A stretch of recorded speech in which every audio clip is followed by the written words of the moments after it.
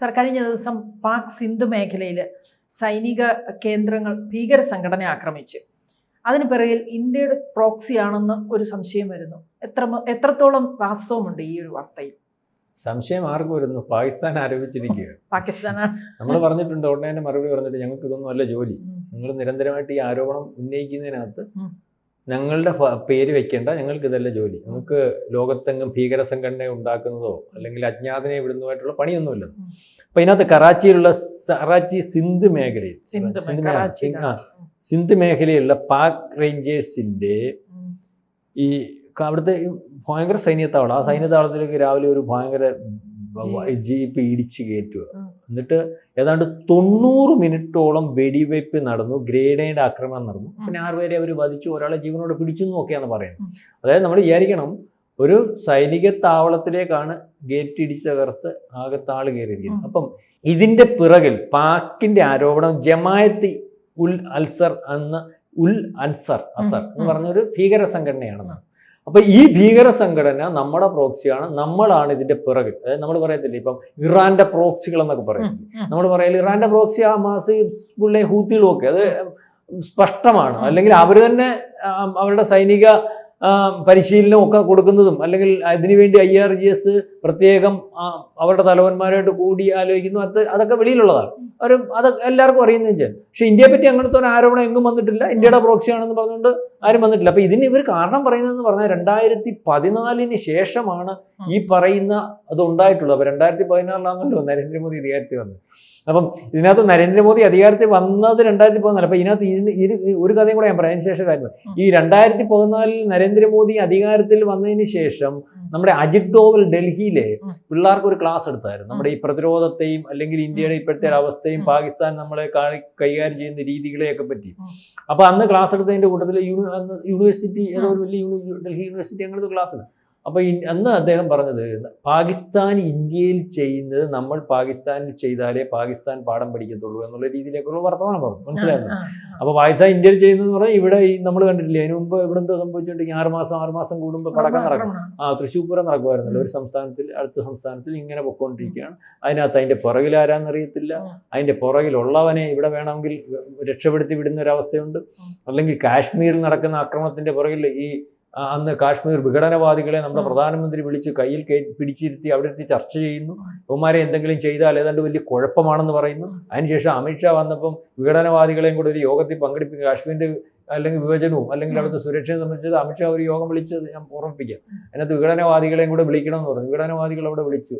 അമിത്ഷാ കേന്ദ്ര ഗവൺമെന്റിന്റെ പ്ലാനും പദ്ധതി അങ്ങോട്ട് അവതരിപ്പിച്ചു. വിഘടനവാദി നേതാവ് പറഞ്ഞു, ഇത് ഞങ്ങൾക്ക് അംഗീകരിക്കാൻ പറ്റും, നീ ഇറങ്ങി പോടാൻ പാടില്ല, നിന്റെ അടുത്ത് ആര് പറഞ്ഞത് അംഗീകരിക്കാൻ? ഇത് ഞങ്ങളുടെ പ്ലാനാ, പദ്ധതിയാണ്, നിന്നെ പിന്നെ മര്യാദയ്ക്ക് ഇവിടെ കയറ്റിയിരിക്കുക ഇനി എന്ന് പറയുന്ന ഒരു ഗവൺമെന്റ് 2014 ശേഷം വന്ന. എന്നിട്ട് വിഘടനവാദി ഒന്നും ചെയ്തില്ല. കാശ്മീർ അവർ 4 വിഭജിച്ചു, ഒന്നും സംഭവിച്ചില്ല. കത്തു എന്നൊക്കെ പറഞ്ഞു, ഒന്നും കത്തിയില്ല. കാശ്മീർ ഇപ്പം അറിയാമല്ലോ. അപ്പൊ ഈ 2014 ഞാൻ പറഞ്ഞത് അജിത് ഡോവൽ ഒരു കാര്യം പറഞ്ഞു. അതിനു മുമ്പേ ഉണ്ടായിരുന്നു ബലൂചിസ്ഥാൻ അതുവരെ ചത്തു കിടക്കുമായിരുന്നു. നമ്മൾ പാമ്പിനെ തല്ലി കൊന്നിട്ടേക്കുന്ന പോലെ ചത്തു കിടക്കുമായിരുന്നു. അതേസമയം ബലൂചിസ്ഥാന് വലിയ ബലം വന്നു. തെഹ്രീകെ താലിബാൻ എന്ന് പറഞ്ഞ ഒരു സംഘടനയുണ്ട്. പാകിസ്ഥാനകത്ത് താലിബാന്റെ ഒരു ഗ്രൂപ്പ് അത് അവരാണ് ഇപ്പൊ ഏകദേശം ഈ POKയിലും അല്ലെങ്കിൽ പല മേഖലയിലും ഒക്കെ ആ മേഖല അതായത് അവർക്ക് ഉള്ളതെന്ന് പറഞ്ഞാൽ താലിബാൻ ഭരണം പാകിസ്ഥാനിൽ കൊണ്ടുപോകണം. നിസ്സാര കാര്യമൊന്നുമല്ല. ബലൂചിസ്ഥാൻ മേഖല പിടിക്കണമെന്നേ ഉള്ളൂ. സിന്ധു മേഖലയിൽ ചില സമരങ്ങളൊക്കെ നടക്കുന്നുണ്ട്, മേഖല പിടിക്കണമെന്നേ ഉള്ളൂ. ഇവന്റെ ആഗ്രഹം എന്ന് പറഞ്ഞാൽ ഈ താലിബാൻ അഫ്ഗാൻ പിടിച്ചില്ലേ, അതുപോലെ തന്നെ പാകിസ്ഥാനെ പിടിക്കണം. ആ രീതിയിലേക്ക് അവിടെ ഉണ്ട്. അപ്പം ഈ സംഘടന TTPയിൽ നിന്ന് പിടങ്ങി വന്നതാ. ഞാൻ പറഞ്ഞില്ലേ, TTP എന്ന് പറഞ്ഞാൽ ഈ പറഞ്ഞ താലിബാന്റെ പിറങ്ങി വന്നു പറഞ്ഞാൽ ഈ ഭീകര സംഘടനയ്ക്കകത്ത് തന്നെ കോൺഫ്ലിക്റ്റ് നേതാക്കന്മാരൊന്നും ഇതൊക്കെ. അപ്പൊ അതിനകത്ത് കോൺഫ്ലിക്റ്റ് ഉണ്ടായി വന്നതാ. അപ്പൊ ഇവരുടെ പ്രധാനപ്പെട്ട പരിപാടി എന്ന് പറഞ്ഞാൽ ഈ സൈനികരെ ആക്രമിക്കുക, അല്ലെങ്കിൽ നമ്മുടെ ഈ ചൈനയ്ക്കകത്തുനിന്ന് ചൈനയുടെ അവിടെ ഈ അധിനിവേശം ഉണ്ടല്ലോ, ചൈനയ്ക്ക് POK കൊടുക്കുക, അല്ലെങ്കിൽ ഈ പറയുന്ന ബലൂചിസ്ഥാൻ മേഖലയിലെ ഖനനത്തിനും മറ്റു പലയിടത്തിനും ഒക്കെയുള്ള അവസരം ഉണ്ടാക്കി കൊടുക്കുക. അതായത് അവിടെ വിറ്റുകൊണ്ട്, അല്ലെങ്കിൽ ചൈനയുടെ അവിടെ അറിയാലോ, അപ്പൊ അവിടെ എല്ലാം തടഞ്ഞിട്ടേക്കും. ഒരു വലിയ വിമാനത്താവളം, ഒരു വ്യോമത്താവളം ഒക്കെ ചൈന കോടാനുകോടി രൂപ മുടക്കി പണിഞ്ഞതാണ്. ബലൂചിസ്ഥാൻ ആർമി അത് കൈകാര്യം ചെയ്ത് ഊരെ കളഞ്ഞു. ഇപ്പൊ അവർ കയറാൻ പോലും പറ്റുന്നില്ല. അപ്പൊ അന്ന് ഈ ശാസ്ത്രജ്ഞന്മാരെ വളരെ വലിയ വലിപ്പത്തിൽ കൊല്ലുന്നതിനെ TTP, ഈ TTP ചെയ്യുന്നുണ്ടായിരുന്നു. അതിന്റെ കൂടെ വന്നിട്ട് ഈ പറഞ്ഞ ജമാഅത്തി അല്ലെങ്കിൽ ജമാഅത്ത് ഉൽ അസർ എന്ന് പറഞ്ഞതാണ് അവർ കൊല്ലുന്നത്. അവർ സൈനികരെ കൊല്ലുകയാണ്. ഇപ്പൊ ഇതിനകത്ത് 2018 തൊട്ട് 2017 വരെ എന്ന് പറഞ്ഞാൽ ഈ സൈനികരെ കൊല്ലുന്നത് ഇവന്മാരെ അത് കടുപ്പിച്ചു. ഇപ്പൊ നമ്മൾ ഈ പറയുമ്പം ഇപ്പൊ എനിക്ക് പണ്ട് ശിവജി പറഞ്ഞൊരു കഥയുണ്ട്. യുദ്ധം ചെയ്യുവാണെങ്കിൽ മരിക്കാൻ വേണ്ടി യുദ്ധം ചെയ്യാം. മരിക്കാൻ വേണ്ടി യുദ്ധം ചെയ്ത ആളുടെ ഒരു ഗുണം എന്താണെന്നറിയാം, നമുക്ക് പിന്നൊന്നും നോക്കാനില്ല. ഇപ്പൊ ഞാൻ അങ്ങനെ യുദ്ധം ചെയ്താൽ യുദ്ധം ജയിക്കും. അല്ലെങ്കിൽ മരിക്കാൻ വേണ്ടി മരണത്തെ പേടിച്ച് യുദ്ധം ചെയ്യുമ്പോഴല്ലേ നമുക്ക് പേടി. മറ്റേ മരിക്കാൻ വേണ്ടി യുദ്ധം ചെയ്യുമെങ്കിൽ നമുക്ക് നമ്മൾ മരിക്കാൻ പോകല്ലേ. അല്ലെങ്കിൽ ആ മാനസികാവസ്ഥ ഉണ്ടെങ്കിൽ പേടിയില്ലെന്ന് പറഞ്ഞാൽ നമുക്ക് എവിടെയും കടന്നു കയറാം. അതുപോലെയാണ് ഇപ്പൊ അവർ അതിനുശേഷം ചാവേറാക്രമണം നടത്തുന്നത്. അവര് നമ്മളീയാവും നിന്നെ കൊല്ലും. അതായത് അവനെ കൊല്ലുക എന്നുള്ളതേ ഉള്ളൂ, നമ്മൾ ചാവുന്നതിനകത്തൊരു കാര്യമില്ല. ആ രീതിയിലേക്ക് ചാവേറാക്രമണം ആണ് നടത്തിയിരിക്കുന്നത് ഈ പറയുന്ന TTP. ഇപ്പം ഇവര് വീണ്ടും TTPന്റെ കൂടെ പോയെന്നും പറയുന്നുണ്ട്. അപ്പം ഈ തെഹ്രീക്കെ താലിബാനും ബലൂചിസ്ഥാനും ഉൾപ്പെടെയുള്ള സംഘടനകൾ ഈ പറയുന്ന നമ്മുടെ പ്രോക്സികളാണെന്ന് നേരത്തെ അവർ പറഞ്ഞിട്ടുണ്ട്. ബലൂചിസ്ഥാന് വേണ്ട ബലം കൊടുക്കുന്നത് നമ്മളാണെന്ന് പറഞ്ഞിട്ടുണ്ട്. അതുപോലെ ഈ അവിടെയൊക്കെ നടക്കുന്ന അജ്ഞാതന്മാരുടെ മൊത്തം തന്ത ഇന്ത്യ എന്ന് പറഞ്ഞിട്ടുണ്ട്. മനസ്സിലായി? ഇതിനൊന്നും ഈ പറയുമ്പോൾ ഈ ഒരു അജ്ഞാതനെയും അവരാരും പിടിച്ചിട്ടില്ല, ഒരജ്ഞാതനെയും അറസ്റ്റ് ചെയ്തിട്ടില്ല, ഒരജ്ഞാതനെയും പിടിച്ചിട്ട് ഇത് ഇന്ത്യയുടെ ഭാഗമായിട്ട് ഇന്ത്യ ജയിച്ചതാന്ന് പറഞ്ഞിട്ടില്ല. അപ്പൊ ഇപ്പം കുറെ കാലങ്ങളായിട്ട് ഈ പറയുന്നത് പോലെ അജ്ഞാതൻ ഇപ്പം അഫ്ഗാനിസ്ഥാനിലും കയറിയിട്ടുണ്ട്. മനസ്സിലായി? ഇപ്പൊ ഈ നമ്മുടെ യൂറോപ്യൻ കൺട്രീസിൽ പലയിടത്തും അജ്ഞാന സാന്നിധ്യം നേരത്തെ ഉണ്ടായിട്ടുണ്ട്. ഇപ്പൊ ഒന്ന് കുറഞ്ഞിട്ടുണ്ടെന്ന് തോന്നുന്നു. ഇപ്പം പാകിസ്ഥാനിൽ മിക്കാറുള്ളതല്ല അജ്ഞാതനുണ്ട്. അപ്പൊ ഇതിന്റെ എല്ലാം പറയുന്നത് ഇന്ത്യ ആണെന്നാ പറയുന്നത്. പക്ഷെ ഇങ്ങനെ പറഞ്ഞുകൊണ്ട് കാര്യമുണ്ടോ? തെളിവാണ്. ബലൂചിസ്ഥാൻ ആർമിക്കകത്ത് അല്ലെങ്കിൽ അവരുടെ പുറകിൽ ഇന്ത്യ എന്ന് പറയുമ്പോൾ അവർ പറയണം ഞങ്ങൾക്ക് ഇന്ത്യ ആയുധം തരുന്നുണ്ടെന്ന് പറഞ്ഞു, അല്ലെ ഇന്ത്യ പരിശീലനം തരുന്നുണ്ടെന്ന് പറഞ്ഞു, അല്ലെങ്കിൽ ഇന്ത്യയുടെ ഭാഗം. മാത്രമല്ല ഈ പറയുന്ന ഇവരെന്ന് പറഞ്ഞാല് ഈ TTP അല്ലെങ്കിൽ ഈ പറയുന്ന ജമാഅത്ത് ഈ ഉൽഹാ എന്ന് പറയുന്ന സാധനത്തിനകത്ത് അവരെന്തെന്ന് ശരീഅത്ത് നിയമമൊക്കെയാ അവരുടെ കൊണ്ടുവരണമെന്ന് പറയുന്നത്. അവന്മാർ ഈ പാകിസ്ഥാനകത്ത് ഏറ്റവും ഇപ്പം അതിനകത്ത് ഭീകരന്മാരുടെ മത്സരമാണ് പാകിസ്ഥാനകത്ത്. വളരെ അറിയാമല്ലോ. അതിനകത്ത് ഇവന്മാർ വന്നേക്കുന്ന അവന്മാരെക്കാട്ടി വലിയ കഠിനമായിട്ടുള്ള രീതിയിലേക്ക് ഇസ്ലാമിനെ കൈകാര്യം ചെയ്താൽ മാത്രമേ കാര്യമുള്ളൂ എന്ന് പറഞ്ഞു. അപ്പോൾ പിന്നെ നമ്മുടെ ആളെങ്ങനെ ആവുന്നു?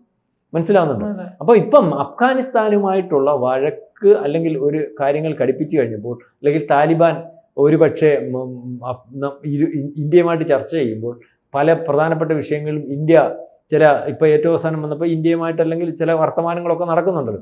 അപ്പൊ അതിനുശേഷമാണ് ഇത്തരത്തിലുള്ള ആരോപണങ്ങൾ ബലപ്പെടുന്നത്.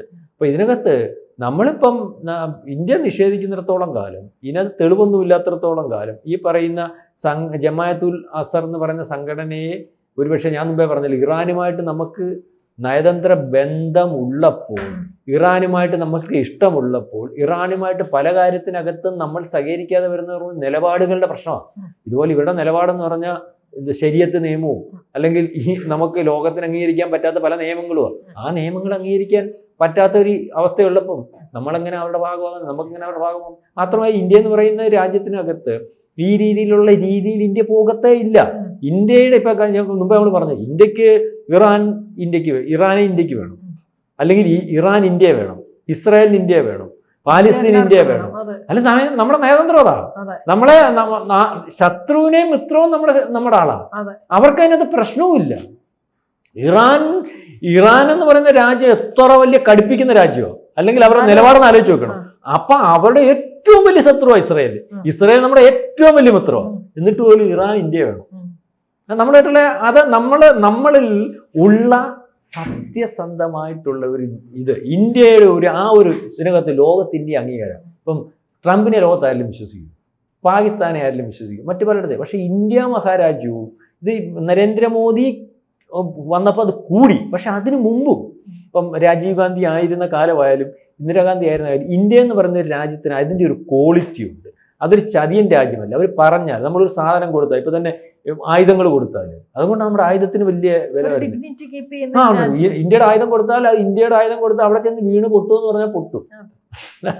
പ്രതിരോധ സാധനം കൊടുത്താൽ അത് പ്രതിരോധിച്ചിരിക്കും. ഇപ്പൊ ചൈനയുടെയൊക്കെ ഈ പലയിടത്തും കൊടുത്ത ആയുധങ്ങൾക്ക് ചൈനയ്ക്ക് പറ്റിയേക്കുന്ന കുഴപ്പമെന്ന് പറഞ്ഞാൽ ചൈനയുടെ പ്രതിരോധ സംവിധാനം ഒക്കെ അവർ വലിയ അലങ്കാരത്തിൽ ചൈനയുടെ സാധനം കണ്ട് അവസാനം പ്രതിരോധിക്കുന്നില്ല. ഈ സാധനം ബ്രഹ്മോസി എന്നപ്പം പ്രതിരോധിക്കുന്നില്ല, നമ്മുടെ പല മിസൈലും ചെന്നപ്പോൾ പ്രതിരോധിക്കുന്നില്ല. അപ്പൊ ഈ ചൈനയ്ക്ക് വലിയ ഡാമേജ് ആക്കിയിട്ടുണ്ട് കേട്ടോ. അപ്പൊ ഇന്ത്യ അങ്ങനെയല്ല ഞാനീ പറഞ്ഞത്. അതുകൊണ്ടാണ് ഈ പറഞ്ഞതുപോലെ ഈ ആരോപണങ്ങൾക്കകത്ത് കഴമ്പില്ലെന്ന് പിന്നെ പാകിസ്ഥാൻ ഇങ്ങനെ ആരോപിക്കാം. അതിന് ആരോപണത്തിന്റെ പിറകിൽ പലതുണ്ട്, ആരോപണം. പല ലക്ഷ്യമുണ്ട്. ആ ആരോപണങ്ങൾ അങ്ങനെ ആക്കുന്നതിനകത്ത് പാകിസ്ഥാന്റെ ആരോപണം അല്ല, പാകിസ്ഥാന്റെ വായിൽ കൂടി വരുന്നതേ ഉള്ളൂ. ഇന്ത്യക്ക് ഇടയിൽ ഒരു പ്രതിസന്ധി ഉണ്ടാക്കാൻ പാകിസ്ഥാനെ ഉപയോഗിക്കുന്ന പലയിടങ്ങളുമുണ്ട്. ഏതായാലും സൈനിക കേന്ദ്രത്തിൽ കയറിയമാർ അടിച്ചിട്ടുണ്ട്, നാളെയും അടിക്കും, മറ്റന്നാളും അടിക്കും, സ്ഥിരമായിട്ട് അത് നടന്നുകൊണ്ടിരിക്കും. പുറകിൽ ഇന്ത്യ ആണെന്ന് പറഞ്ഞാലും കാര്യമൊന്നുമില്ല, അടി അവിടെ നടക്കുന്നുണ്ട്. അവർ പറയുന്നത് ഇന്ത്യയാണ്. കൂടുതൽ വാർത്തകളും വിശേഷങ്ങളും നിങ്ങളിലേക്ക് എത്താൻ ABC മലയാളം സബ്സ്ക്രൈബ് ചെയ്യുക, ബെൽ ബട്ടണും അമർത്തുക.